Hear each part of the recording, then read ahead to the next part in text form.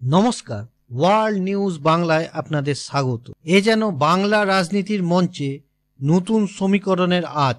যেমন প্রবাদ, তোমারে বদিবে যে গোকুলে বাড়িছে সে, ঠিক তেমনি বাংলার মাটিতে গোপনে শিকড় বাড়াচ্ছে আসাদউদ্দিন ওয়াসির নেতৃত্বাধীন সর্বভারতীয় মজলিসে ইত্তেহাদুল মুসলিমিন দলের রাজ্য নেতৃত্বের দাবি সংখ্যালঘুদের মধ্যে তাদের সমর্থন বাড়ছে।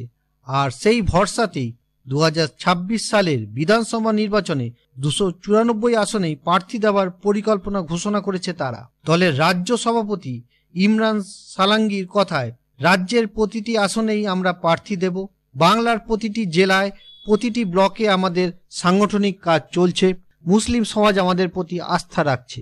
ওয়াইসির AIMIM মূলত তেলেঙ্গানার শক্তিশালী দল, তবে এখন দলীয় লক্ষ্য জাতীয় বিস্তার।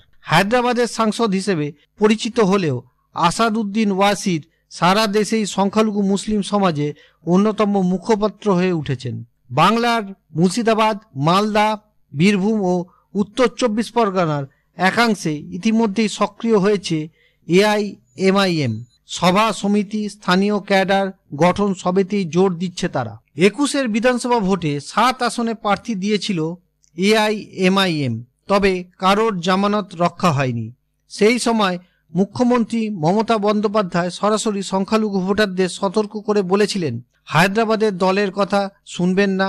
সেই সময় তৃণমূলের ডাকেই বড় অংশের সংখ্যালঘু ভোট একজোট হয়েছিল, যার ফলে AIMIM কার্যত ব্যর্থ হয়। তবে ইমরান সালাঙ্গির দাবি, পরিস্থিতি বদলেছে।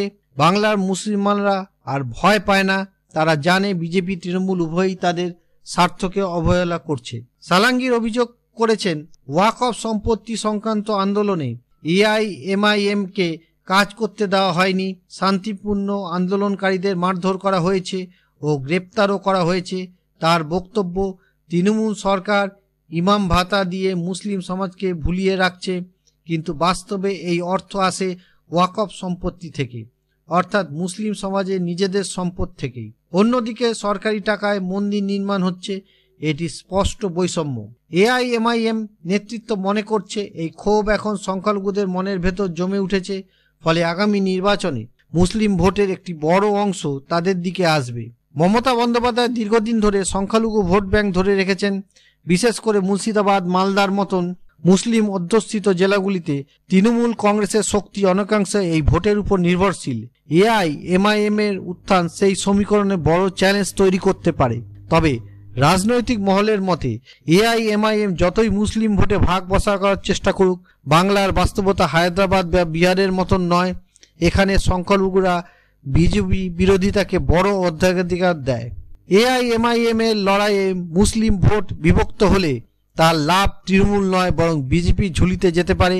এই কারণেই AIMIM কে বিজেপির বি টিম বলে কটাক্ষ করছে বিরোধীরা। মুর্শিদাবাদের এক তৃণমূল নেতা কড়া সুরে বলেন, মিম বা ISF এর এইসব দল আসলে বিজেপির সুবিধাই করে দেয়। বাংলার মানুষ সাম্প্রদায়িক শক্তিকে জিততে দেবে না। AIMIM এর মতন বাইরের দলের এখানে কোনো জায়গা নেই। অন্যদিকে বিজেপির দাবি করছে তৃণমূলের মুসলিম ভোট ব্যাংক ভেঙে পড়েছে। দলের এক নেতার কথায়, হিন্দু ভোটাররা অনেক আগেই তৃণমূলকে ছেড়েছে, এখন মুসলিমরাও মুখ ফিরিয়ে নিচ্ছে। 26 ভোটে তৃণমূলের বিসর্জন নিশ্চিত। AIMIM রাজ্য নেতৃত্ব জানিয়েছে, খুব শিগগিরই পশ্চিমবঙ্গ সফরে আসবেন আসাদউদ্দিন ওয়াসি।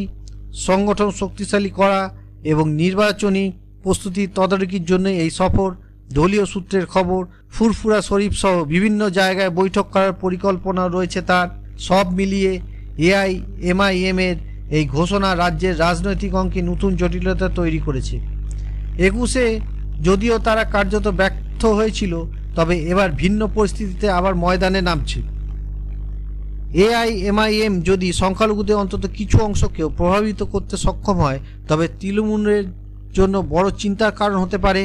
অন্যদিকে বিজেপি এই ভোট বিভাজনকেই স্বাগত জানাবে। অতএব 2026 ভোটের আগে AIMIM এর আগমন রাজ্য রাজনীতিতে এক নতুন বিতর্কের সূচনা করেছে বলেই মনে করছে রাজনৈতিক মহল। এবার দেখার বাংলার মাটিতে ওয়াইসির দল আদৌ জমি পায় কিনা। ভিডিওটি ভালো লাগলে লাইক করুন, শেয়ার করুন এবং সাবস্ক্রাইব করুন ওয়ার্ল্ড নিউজ বাংলাকে। নমস্কার।